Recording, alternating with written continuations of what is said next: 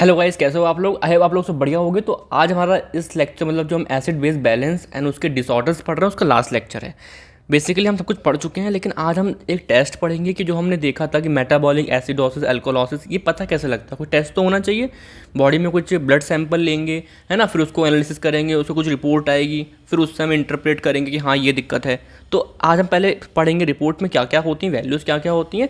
Then हम 3 questions करेंगे, उससे आपको एक आइडिया मिल जाए कि हाँ इस टाइप के क्वेश्चंस को आपको कैसे इंटरप्रेट करना है कि रिपोर्ट आई सामने, फिर आप क्या क्या समझोगे उस वैल्यूज़ से। ठीक है, आपको इन 3 क्वेश्चन से आइडिया मिल जाएगा। उसके बाद अगर हमें ज़रूरत पड़ेगी तो हम एक अलग सा क्वेश्चन पूरा बना लेंगे, है ना, बहुत सारे क्वेश्चंस करेंगे उसमें। अदरवाइज ये 3 क्वेश्चन से एक आइडिया मिल जाएगा आपको कैसे क्वेश्चन करे जाते हैं। ठीक है, तो यहाँ पे टेस्ट का नाम क्या है आपका यार? Arterial blood gas analysis. मतलब कुछ भी नहीं है यार, आप क्या करोगे, ब्लड सैंपल लोगे। कॉमन साइट कौन कौन सी होंगी? ब्रेकियल आर्टरी, फीमोरल आर्टरी, ये कुछ कॉमन साइट हो गई।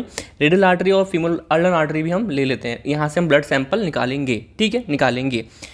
अब बेसिकली ये कब किया जाता है यार? जब कोई, है ना, कोई रेस्पिरेटरी दिक्कत फील हो रही है, कोई इमरजेंसी डिपार्टमेंट में आया है ना, उस टाइम पे हम तुरंत कर लेंगे, बिकॉज हमें दिक्कत फील हो रही है कि हाँ पेशेंट में ये चीज़ दिक्कत। ऐसे नहीं किसी का भी कर देंगे, कुछ ना कुछ कंडीशंस में किया जाएगा। ठीक है, लाइक कोमा में है कोई इंसान, को इमरजेंसी डिपार्टमेंट में किया जाता है मेनली ये। ठीक है, अब जब ये टेस्ट कराया गया तो उस टेस्ट में उसके जो आर्ट्रियल ब्लड था उसमें कुछ पैरामीटर आए। ठीक है, ऐसे वीनस ब्लड के भी आएंगे, बट मैं आर्ट्रियल ब्लड के लिखा है यहाँ पे। ठीक है, तो पीएच कितना निकल के आया? रेंज कितनी होती है? 7.35 से 7.45। एवरेज निकाला जाए 7.40 निकल के आई। ठीक है, अब पता नहीं कौन आ गया बाहर। ठीक है, अब मैंने क्या बोला, ऑक्सीजन कितना निकल के आया? 80 से 100 मिली mmHg, प्रेशर की यूनिट है, सिंपल। ठीक है, ऑक्सीजन सैचुरेशन जो आपने देखा ऑक्सीमीटर वगैरह वो सब 95% उसको बोला गया। और PCO2 क्या बोला गया? 35 से 45 mmHg। ये नॉर्मल रेंज है कि इसके बीच में होगा, सब नॉर्मल है। और HCO3 नेगेटिव की कंसंट्रेशन कितनी बताई गई? 22 से 26 मिली मोल, है ना, मिली मोल पर लीटर, मिली इक्विवेलेंट पर लीटर, जैसा बोलना चाहो। ठीक है, अब ये दो वैल्यूज़ बहुत इंपॉर्टेंट है, ये क्वेश्चन सॉल्विंग में, कि हमें पता लगाने में कि जो दिक्कत है वो मेटाबॉलिक एसिडोसिस है, एल्कोलोसिस है, रेस्पिरेटरी एसिडोसिस है, एल्कोलोसिस है। ये पता लगाने के, उसका कंपनसेशन क्या है ना, ये पता लगाने के लिए आपको ये वैल्यूज़ याद होनी चाहिए। ब्लड की आई थिंक आपको अब तक तो याद होगी, इतना मुश्किल भी नहीं है।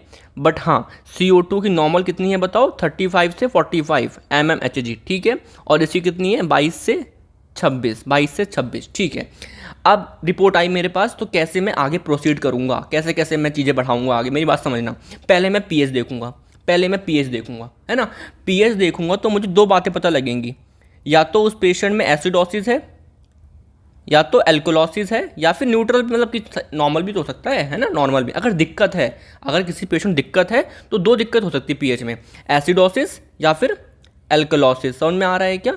एसिडोसिस कब होगा? जब पीएच कम होगा, और एल्कोलोसिस पीएच जब बढ़ेगा। समझ में आ रहा है क्या? तो पहले तो मैंने पता लगा लिया कि पेशेंट का पीएच नॉर्मल है कि नहीं। बोला कि नॉर्मल नहीं है। अगर पीएच कम है तो एसिडोसिस बोल दो, ज़्यादा है तो एल्कोलोसिस बोल दो। अब नेक्स्ट क्वेश्चन अराइजेज, किस टाइप का एसिडोसिस, मेटाबॉलिक या रेस्पिरेटरी? किस टाइप का एल्कोलोसिस, मेटाबॉलिक या respiratory? Let us talk about this, है ना। आ जाओ। अब मैंने जब बोला था आपसे कि लास्ट लेक्चर पढ़ के आना, इसमें मैंने बताया था पीएच इज इक्वल्स टू, बहुत सी क्वेश्चन होती है बट मैं डायरेक्टली प्रोपोर्शनल इक्वल्स टू, ऊपर आप लिखोगे HCO3 नेगेटिव और नीचे लिखोगे H2CO3। ये बोला था, है ना, यही बोला था। आप बोलोगे सर ऐसा नहीं होता, कुछ होता है पीएच इक्वल्स टू में pKa प्लस लॉग, और फिर ये कंसनट्रेशन होती है यहाँ पे। बट इन सबको मैं हटा रहा हूँ अभी जस्ट मैं डिपेंडेंसी दिखा रहा हूँ। इक्वल टू ना लिख के मैं डायरेक्टली प्रोपोर्शनल लिखता हूँ, ज़्यादा बेटर लगेगा। ठीक है, अब मैंने बोला आपसे, अगर मैंने बोला कि मान लो किसी पेशेंट को पीएच कम हो गया, है ना, मतलब एसिडोसिस हो गया, तो इसके 2 रीज़न हो सकते हैं, या तो ये वैल्यू कम हुई होगी या तो ये वैल्यू बढ़ी होगी। समझ में आ रहा है क्या? आ रहा होगा, समझ में आ रहा है। अगर ये वैल्यू कम होगी तो भी पीएच कम हो जाएगा, या फिर ये वैल्यू बढ़ गई होगी तो भी पीएच कम हो जाएगा। तो ऊपर वाला केस क्या बोलते हैं? मेटाबॉलिक। अगर ऊपर वाला कुछ हुआ है तो मेटाबॉलिक, और नीचे वाला हुआ है तो रेस्पिरेटरी। देखो ये वाली इक्वेशन ना यार बहुत इंपॉर्टेंट है, इससे आप सब कुछ पता लगा लोगे, कंपनसेशन वगैरह सब पता लगा लोगे। ठीक है, तो पहले आपने क्या करा, एसिडोसिस है एल्कोलॉसिस है वो पता लगाया, फिर कौन सा वाला है मेटाबॉलिक या रेस्पिरेटरी ये पता लगाया। ध्यान रखना जो H2CO3 है वही तो आपका कहीं ना कहीं पार्शियल प्रेशर ऑफ CO2 को कहीं कहीं डिनोट करता है ना, CO2 को डिनोट करता है, ठीक है। उसके बाद हमें देखेंगे कंपनसेशन की, बॉडी ने जो दिक्कत आई उसको कंपनसेट करने के लिए क्या किया, ठीक है। चलो अभी हम क्वेश्चन सॉल्व करते हैं, उससे हमें बेटर आइडिया मिलेगा, ठीक है। चलो तो पहला क्वेश्चन आया कि एक 45 year old women develop severe diarrhoea, है ना, वाइल ऑन वैकेशन। उन्होंने APG रिपोर्ट कराई, उसकी कुछ वैल्यूज़ आई यहाँ पे, जो काम की वैल्यूज़ है मैंने लिख दी। अब बताओ दिक्कत क्या है। तो कैसे स्टार्ट करते हैं, स्टेप 1 पहले pH देखो। अब मुझे बताओ pH नॉर्मल कितना होता है, आप बोलोगे 7.40 या फिर उसके आगे पीछे, है ना, 7.35 से 7.45, ये नॉर्मल है इस बीच में। लेकिन क्या है बताओ, अभी कम है, तो क्या बोलोगे इसको कि ये फीमेल में क्या है, एसिडोसिस हो रहा है। क्या हो रहा है, एसिडोसिस हो रहा है। अब सेकंड क्वेश्चन अराइजेज कि ये एसिडोसिस हो किस ले रहा है, किस वजह से, मेटाबॉलिक या एल्कोलॉसिस। तो उसके लिए लिखते हैं फॉर्मूला, pH क्या लिखोगे, HCO3 नेगेटिव और H2CO3 यानी कि CO2 के बारे में लिख रहे नीचे, ठीक है। तो मैंने क्या बोला, हो क्या रहा है पेशेंट में, pH कम हो रहा है, ये तो पक्की बात है, ये तो पक्की बात है। ऐसा होने के लिए या तो इसकी वैल्यू कम हो, इसकी वैल्यू कम हो, या CO2 की वैल्यू बढ़े, है ना, CO2 की वैल्यू बढ़े। अब रिपोर्ट में आगे बढ़ते हैं।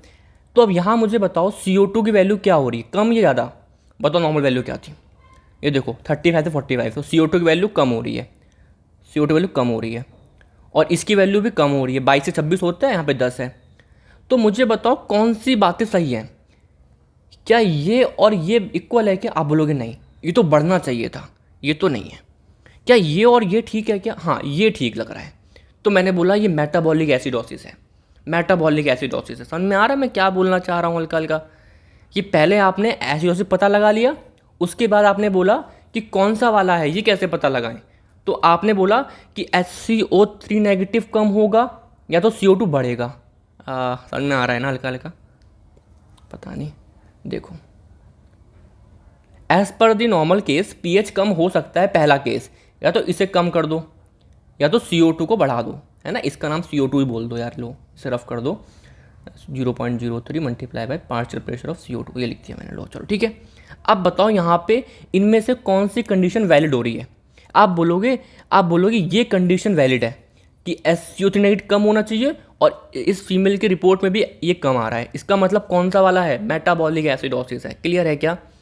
आप बोलोगे रेस्पिरेटरी क्यों नहीं है, क्योंकि यहाँ पे CO2 बढ़नी चाहिए, बट है क्या, CO2 कम हो रही है, इसका मतलब रेस्पिरेटरी एसिडोसिस नहीं है। क्या है, पेशेंट की रिपोर्ट में क्या निकल के आया, आंसर क्या निकल के आया आपका, मेटाबॉलिक एसिडोसिस, एसिडोसिस, ठीक है।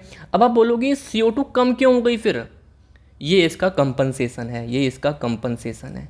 याद है आपको, अगर मैंने हल्का सा आपको याद हो, अगर मैं पढ़ाना चाहूँ ढंग से थोड़ा सा और, ये देखो मेटाबॉलिक एसिडोसिस का कंपनसेशन क्या होता है, हाइपर वेंटिलेशन, जिसमें CO2 कम हो जाती है, पार्शियल प्रेशर CO2 का, वो उसका कंपनसेशन है। समझ में आ रहा है, बॉडी तो कंपनसेट कर रही है। ये मैंने लास्ट लेक्चर पढ़ा कैसे होता है सब कुछ, ठीक है, पढ़ के आना, लेक्चर है लाइन से पढ़ो, ऐसा तो नहीं है ना मैंने फर्स्ट लेक्चर पढ़ा रहा हूँ इसको, भाई 4th लेक्चर है, इसका मतलब इसके पिछले 3 लेक्चर इंपॉर्टेंट है जब ये पढ़ा रहा हूँ मैं, तो सो दैट एक फ्लो बना के पढ़ा करो, ठीक है। अब आप सेकंड क्वेश्चन और अच्छा समझते हैं। तो a person was admitted in coma, है ना, analysis of the arterial blood gas has a following value, ठीक है।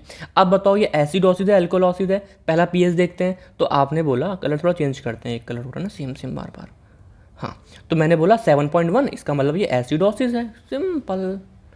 अब एसिडोसिस है, फिर से वही कंडीशन कि pH कम हो गया, होने के 2 रीज़न है, या तो ये वाली वैल्यू कम हुई होगी, या तो ये वाली वैल्यू जो CO2 वाली वैल्यू है वो बड़ी होगी। तो बताओ क्या हुआ है, फिर से वही कंडीशन है, ये भी कम हो गया, ये भी कम हो गया, तो कौन सी सही है, ये वाली सही लग रही है, ये वाली सही है। तो ये भी आंसर है कहीं ना कहीं मेटाबॉलिक एसिडोसिस का हो गया, सेम आंसर, सेम क्वेश्चन हो गए दोनों, ठीक है। मैंने ध्यान नहीं दिया, बट हाँ ठीक है, बट आपको समझे अप्रोच कैसे करना है। First you have to clarify कि उस पेशेंट को एसिडोसिस है एल्कोलॉसिस है। सेकंड स्टेप फिर आपको पता लगाना है एल्कोलॉसिस कौन सा वाला है या फिर एसिडोसिस कौन सा वाला है। और जो ये CO2 क्यों कम हो रहा है, बिकॉज कंपनसेशन है, बिकॉज कंपनसेटरी मेथड है। समझ में आ रहा है क्या, CO2 कम करना है, ओके, जिससे रेशो बराबर आ जाएगा वापस से। ये मैंने लास्ट लेक्चर में पढ़ाया था कंपनसेशन वाले में, ठीक है। बहुत ज़्यादा गर्मी हो रही है, बिना पंखे के पढ़ा पाना, मतलब इस टाइम इतना पसीना आ चुका है, हाँ। चलो लास्ट क्वेश्चन करते हैं, जल्दी खत्म करते हैं, ठीक है।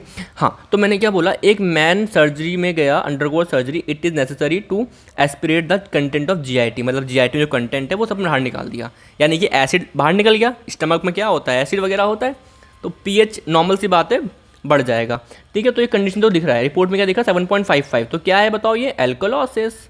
एल्कोलॉसिस कौन सी वाली एल्कोलॉसिस, कैसे पता लगाएं, चलो देखते हैं। तो लिख दो फॉर्मूला वापस से, वही क्या, ऊपर HCO3 नेगेटिव और नीचे लिख दो PCO2, है ना।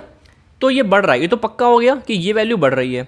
अब बढ़ने के दो रीज़न हो सकते हैं, या तो इसे बढ़ा दो या तो इसे कम कर दो। अब बताओ इनमें से कौन सी सही लग रहा है। ये CO2 ये वैल्यू कैसी है, नॉर्मल वैल्यू कैसी होती है बताना एक बार। नॉर्मल वैल्यू 35 से 45, ये कितना है 52, हाँ बढ़ रहा है। और ये कितना है, ये 22 से 26 होता है, ये भी बढ़ रहा है। लेकिन इनमें से कौन सा बढ़ना चाहिए जिससे कि पीएच बढ़े, आप बोलोगे ये बढ़ना चाहिए, है ना। CO2 तो कम होना चाहिए था, बट वो ज़्यादा हुआ है। तो इसका मतलब ये क्या है, एल्कोलॉसिस कौन सा वाला है, HCO3 मेटाबॉलिक, मेटाबॉलिक एल्कोलॉसिस।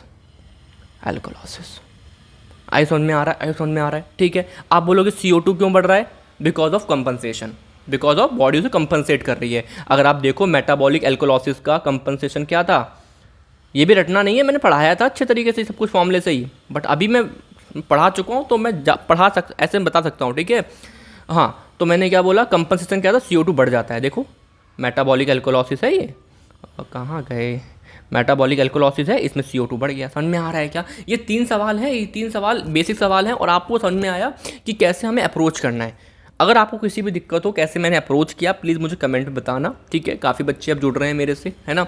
देखा मैंने अब मेरी कुछ वीडियोज़ बच्चों तक पहुंच रही है, अच्छे रिव्यूज़ भी आ रहे हैं, पढ़ रहे हो आप लोग, पढ़ते रहो यार, है ना।